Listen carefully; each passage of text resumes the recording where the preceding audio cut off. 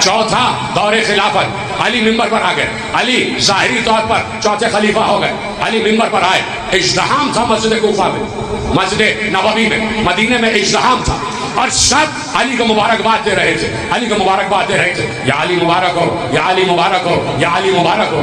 ایسے میں علی کا ایک صحابی چاہنے والا ساسا بن سوہار آگے بڑھے اور آگے بڑھ کر کہا، یا علی میں آپ کو مبارکباد نہیں دوں گا، میں ممبر کو مبارک کہوں گا کہ اس پر علی آ گئے۔ تو آج ذوالفقار کو مبارک کہ وہ علی کے ہاتھوں میں آ گئی، صحیح ہاتھوں میں آ گئی، صحیح ہاتھوں میں آ گئی۔ تو ذوالفقار اللہ کی تلوار ہے یا نہیں؟ اب جس کے نصیب میں ہوگا، جس کا تاریخ کا مطالعہ ہوگا، وہ جملہ ایسے ہی سمجھ لے گا، میں تفسیر نہیں کروں گا۔ ذوالفقار اللہ کی تلوار ہے نا، تو سیف اللہ تو ذوالفقار ہے، اور صاحب سیف اللہ علی ہے۔ اب آپ چاہے جسے بناتے رہے، اللہ تو اپنی تلوار ذوالفقار کو کہہ چکا، اور کوئی تلوار نہیں ہے ذوالفقار کے علاوہ، کوئی تلوار نہیں ہے ذوالفقار کے علاوہ، یہ علی ہے۔ اور پیغمبر کا اعتماد کا نام ہے علی، پیغمبر کے اعتماد کا نام ہے علی۔ آواز آ گئی اوپر سے، پیغام آ گیا کہ اے نبی، کافروں نے مدینے کے سرحد پر ڈیرا لگا لیا اور وہ مدینے پر حملہ آور ہونا چاہتے ہیں، اور اس سے پہلے کہ وہ حملہ آور ہوں آپ یہاں سے لشکر تیار کیجئے اور لشکر کو بھیجیے اور وہیں پر ان کا قلع قمع کیجئے اور جنگ کیجئے۔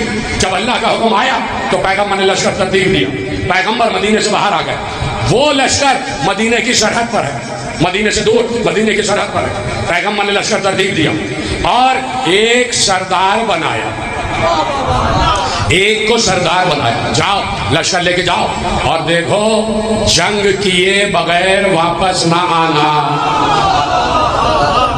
جنگ کیا ہے؟ پیغمبر کا حکم ہے، پیغمبر کا امر ہے، پیغمبر کا حکم ہے۔ کتنی مرتبہ کہوں، پیغمبر کا حکم اللہ کا حکم ہے۔ پیغمبر نے کہا جنگ کیے بغیر واپس نہ آنا۔ وہ گئے، ادھر سے کافروں کا سردار آیا، ادھر سے یہ، ادھر سے اس نے بتایا وہ کون، ادھر سے انہوں نے بتایا میں کون، ادھر سے اس نے کہا میری اور تمہاری تو رشتہ داری ہے، رشتہ داروں سے ہم جنگ نہیں کرتے۔ انہوں نے کہا بات تو ٹھیک ہے، لشکر لے کر واپس آ گئے۔ پیغمبر نے کہا کیا ہوا؟ کہا بھائی رشتہ داری نکل آئی۔ پیغمبر نے کہا ہم نے منع نہیں کیا تھا کہ جنگ کیے بغیر واپس نہ آنا۔ دوسرے دن دوسرا لشکر تیار ہوا، ایک اور کو سردار بنایا، ان سے بھی یہی کہا جنگ کیے بغیر واپس نہ آنا۔ وہ گئے، ان کی بھی رشتہ داری نکل آئی، واپس آئے۔ میرے جملے نہیں ہیں، تاریخ کے جملے، جہاں بھی جنگ ذات سلاسل لکھی ہوئی ہے وہاں پر یہ جملے لکھے ہوئے ہیں۔ وہ واپس آ گئے۔ پیغمبر نے کہا ہم نے کہا نہیں تھا کہ بغیر جنگ کیے واپس نہ آنا۔ جب پیغمبر نے دیکھا کہ بار بار رشتہ داریوں میں لوگ ملوث ہو رہے ہیں، بار بار رشتہ داریاں نکل آ رہی ہیں، تو ایسے میں پیغمبر نے ایک بار آواز دی، این علی، علی کہاں ہے؟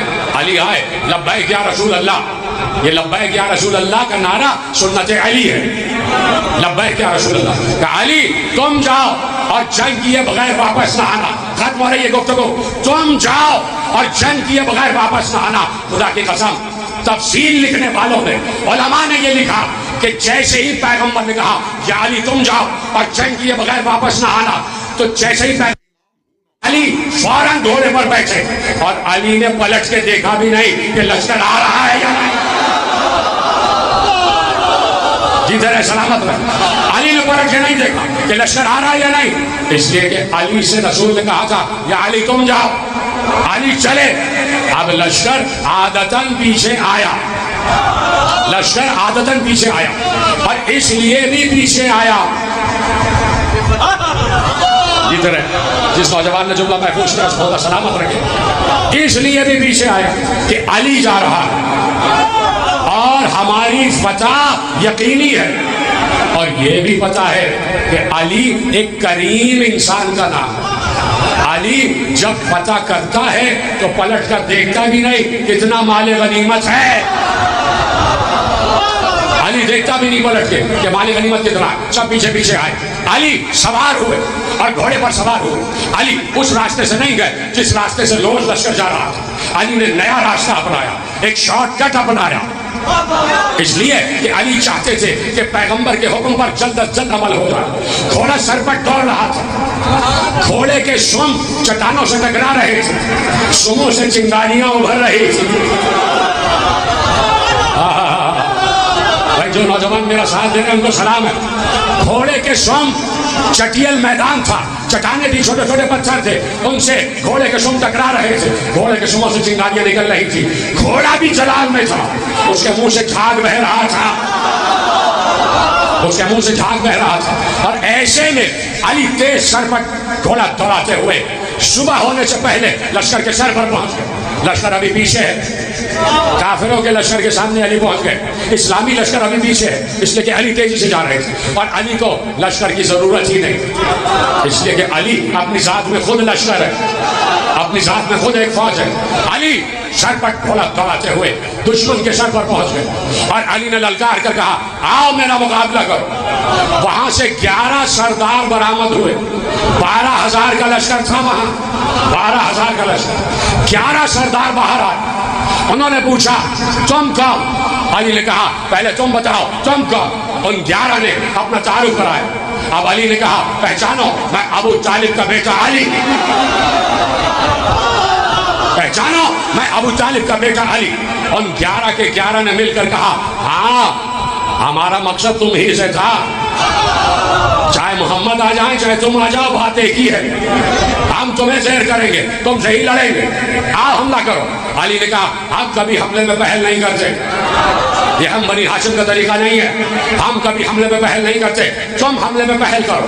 وہ 11 کے 11 آگے بڑھے، توجہ میری جانب، وہ 11 کے 11 آگے بڑھے، انہوں نے علی کے گرد گھیرا تنگ کیا، گھیرا ڈالا، بیچ میں علی اپنے گھوڑے پر سوار، علی کے دست مبارک میں ذوالفقار کا قبضہ، نیام میں ہے ابھی ذوالفقار، علی نے ذوالفقار باہر نہیں نکالی، علی کا ہاتھ قبضہ ذوالفقار پر، اور علی چاہ رہے ہیں کہ میرے قریب آ جا، وہ قریب آئے۔ ان 11 کے 11 نے علی کے گرد گھیرا ڈالا، گھیرا ڈالتے جا رہے تھے، قریب آتے جا رہے تھے، اور علی چاہتے بھی یہ تھے کہ یہ قریب آ جائے۔ ابھری ہوئی تھی، سب کے ہاتھ میں تلواریں، اور سب علی کے نزدیک آ رہے ہیں کہ کسی کا وار بھی علی کے سر پر پڑے تو علی کا سر تو ٹکڑے ہو جائے۔ علی چاہتے تھے کہ قریب آ جائے، جیسے ہی وہ علی کی تلوار کی رینج میں آئے، اب علی نے تلوار کو باہر نکالا، گھوڑے کو اشارہ کیا، تلوار کو ایسے کیا، گھوڑے نے گھومنا شروع کیا، ایک سر کٹا، دوسرا کٹا، تیسرا کٹا، 11 سر زمین پر۔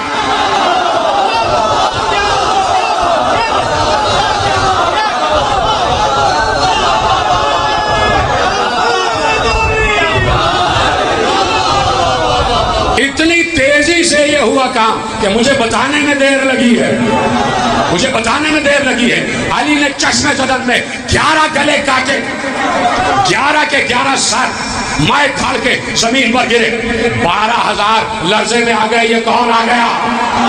12,000 کا لشکر لرزے میں آ گیا، یہ کون آ گیا؟ 2 روایتیں ہیں، دوسری چھوڑ لاؤ اور یہ پڑھ لاؤ، دوسری روایت چھوڑ لاؤ یہ پڑھ لاؤ جو میرے گھر کی روایت ہے، توجہ ہے۔ 12,000 کا لشکر ایک بار علی کے قریب آنے لگا، علی تنہا ہے، ابھی وہ لشکر پیچھے ہے اور آنے والا ہے، علی تنہا ہے، علی تنہا ہے۔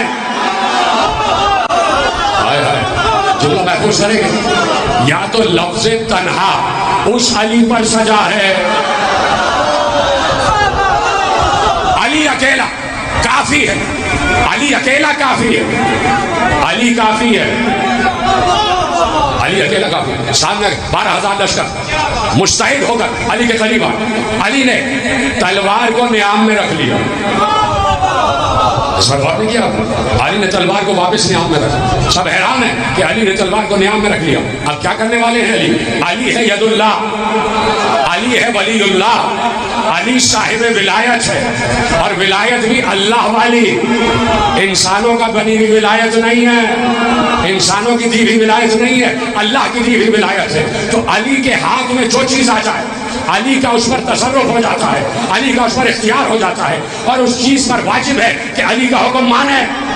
کچھ نہیں کیا علی نے، جملہ سننا، ایک بار علی نے کعبہ کی جیب میں ہاتھ ڈالا، علی نے ہاتھ باہر نکالا، علی کے ہاتھ میں ایک زنجیر تھی، زنجیر، چھوٹی سی زنجیر، چھوٹی سی زنجیر، علی نے کچھ نہیں کیا، علی نے زنجیر کو گھمانا شروع کیا، زنجیر گھومتی جا رہی ہے، بڑھتی جا رہی ہے، بڑھتی جا رہی ہے، 12,000 کو اپنی لپیٹ میں لیا،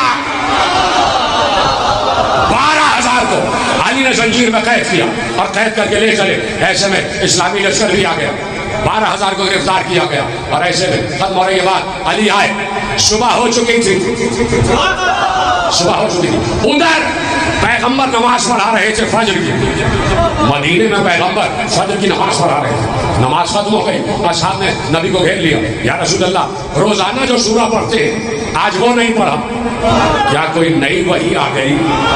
کیا کوئی نئی وحی آ گئی؟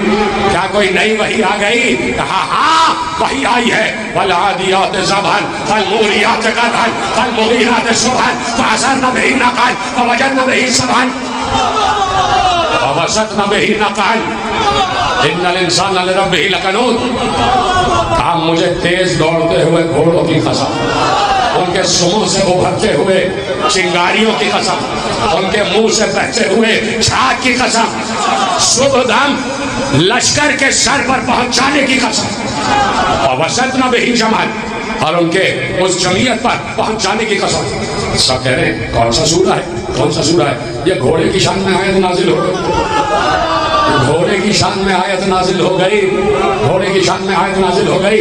ایک بار پیغمبر نے علی کو آتا ہوا دیکھا، علی کی نگاہ پیغمبر پر پڑی، پیغمبر کی نگاہ علی پر پڑی، پیغمبر کے احترام میں علی نے چاہا کہ گھوڑے سے اتارا، ختم ہو گئی بات، پیغمبر نے وہیں سے اشارہ کیا، یا علی گھوڑے پہ بیٹھے رہنا، گھوڑے سے اترنا نہیں، سلامت رہے پیچھے والے جن کے ہاتھ پہلے بلند ہو گیا، علی گھوڑے پہ بلند رہنا، گھوڑے سے اترنا نہیں، اس لیے کہ آج صرف تمہاری شان میں نہیں، تمہارے گھوڑے کی شان میں، تمہارے گھوڑے کی شان میں آئے تھے اتری۔ علی آگے بڑھے، پیغمبر کے حکم پر علی گھوڑے پہ بیٹھے رہے، پیغمبر آگے بڑھے، علی کے گھوڑے کی لگام کو اپنے ہاتھ میں تھاما، علی کے گھوڑے کی لگام کو اپنے ہاتھ میں تھاما، تو اب پیغمبر لجام میں فرش سے علی کو تھامے ہوئے ہیں اور آگے بڑھتے جا رہے ہیں، اصحاب چاروں طرف ہیں اور دو قطار بنا کے کھڑے ہوئے ہیں، پیغمبر علی کو بیچ میں سے لے کر گزر رہے ہیں اور یہ کہتے ہوئے جا رہے ہیں، یا علی اگر مجھے خوف نہ ہوتا کہ یہ امت تمہیں وہی کہنے لگ جائے گی جو عیسائی عیسیٰ کو کہتے ہیں، تمہاری وہ فضیلتیں بیان کرتا کہ یہ تمہارے قدموں کی خاک اٹھا اٹھا کے اپنے سر پر رکھتے، اپنے سر پر رکھتے، تو یہی بات کہنے کے لیے بچاؤ، منافقوں کو بھی بچاؤ، باہر کے منافقوں کو بھی بچاؤ اور گھر کے منافقوں کو بھی بچاؤ، کہ بھائی پیغمبر نے وہ فضیلتیں تو روک لی، پیغمبر نے بہت سی فضیلتیں تو بیان ہی نہیں کی، یہ تو وہ ہیں جو پیغمبر نے بیان کی اور انہی کو 1400 برس سے بیان کیا جا رہا ہے، اور آج تک اس سمندر کی گہرائی تک کوئی نہ پہنچ سکا، اس سمندر کا کنارہ کسی کے ہاتھ نہ بڑھا، اس لیے پیغمبر نے کہا زینوا مجالسکم بذکر علی بن ابی طالب، جہاں بھی مجلس برپا کرنا ذکر علی کرنا، ذکر علی کرنا، اور آج رانا صاحبان نے فرش ادا کا مجلس ادا کا فرش بچھایا ہوا اور موضوع ہے علی، موضوع ہے علی۔ ابھی آپ نے مجھ سے بیشتر ذاکر سے سنا، حبیب رضا حیدری ارشاد فرما رہے تھے کہ کیا کہا کہ میرے بابا کو نام علی سے اتنی محبت ہے کہ اگر ان کے 1000 بیٹے بھی ہوتے تو ہر بیٹے کا نام علی رکھتے، اتنی محبت نام علی سے۔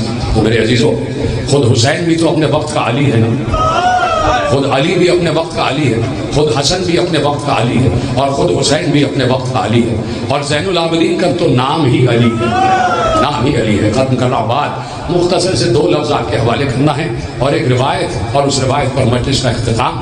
آپ نے جیسے سنا، خدا آپ کے دامن مراد کو دور مقصود سے بھر دے، مولا آپ کے رزق میں اضافہ فرمائے، مولا بانیہ نے مجلس کی توفیقات میں اضافہ فرمائے، اس فرش وسعت عطا فرما پروردگار، جو روزگار نہیں رکھتے انہیں روزگار واسع عطا فرما، جن کے سروں پر چھت نہیں ہے انہیں بہترین گھر عنایت فرما، ہماری ماؤں بہنوں کے پردوں کی حفاظت فرما۔ کر دی میں نے دعا، صرف ایک روایت تمہارے حوالے کرتا ہوں، روضہ حسین ہے، دعا کر لینا کہ مولا تمہیں روضے کی زیارت کے لیے بلائے۔ روضہ حسین، حسین کی قبر کا سہانا ہے، زری لگی ہوئی ہے.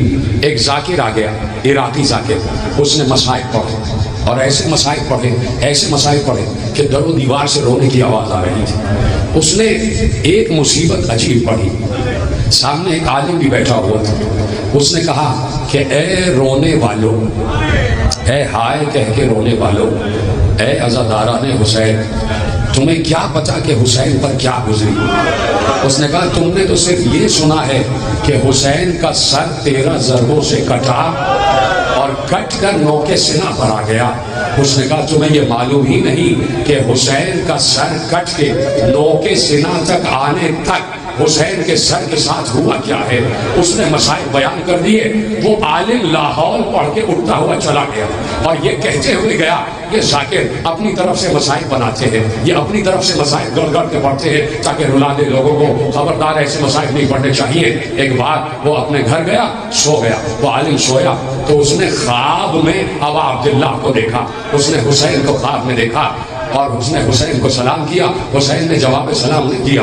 کہا مولا مجھ سے کوئی گستاخی ہوئی؟ کہا ہاں. تو یہ کہہ کے آیا تجھے کیا پتا کہ میرے سر پر گزری کیا ہے؟ جو اس نے بیان کیا وہ کم ہے، مجھ پر اس سے زیادہ گزری ہے. تم اندازہ ہی نہیں کر سکتے کہ مجھ پر کیا گزری ہے. بس اب سن لینا کہ اس ذاکر نے پڑھا کیا. اس ذاکر نے مسائل پڑھے کہ اے عزیزو تمہیں کیا معلوم کہ حسین کا سر کٹ کے نوکے سینہ تک آیا تو اس سر پر کیا گزری؟ اس نے کہا جیسے ہی شمر سینہ حسین پر سوار ہوا اس نے حسین کو ایک بار کروٹ دی. حسین کا منہ، حسین کا رخ زمین کی طرف کیا. اس نے حسین پر ضربیں چلائی. حسین پر ضربیں چلی. ادھر سے ایک راوی دیکھ رہا تھا کہ حسین کا گلا کٹ رہا ہے. ایک بار اس راوی نے دیکھا کہ دھول اڑنا شروع ہوئی، گرد و غبار اڑنا شروع ہوا. اسے سمجھ میں نہ آیا کہ یہ گرد و غبار کیوں اڑ رہا ہے. اب جو وہ آگے بڑھا تو اس نے دیکھا کہ شمر نے سر حسین کو بالوں سے پکڑا ہوا ہے اور بار بار زمین پر مار رہا ہے. پھر اٹھاتا ہے، پھر زمین پر مارتا ہے. ایک بار کسی بیوی کی آواز آ رہی تھی، ارے نہ مار، میں نے چکیاں پیش کر پاتا. الا لعنت اللہ علی القوم الظالمین.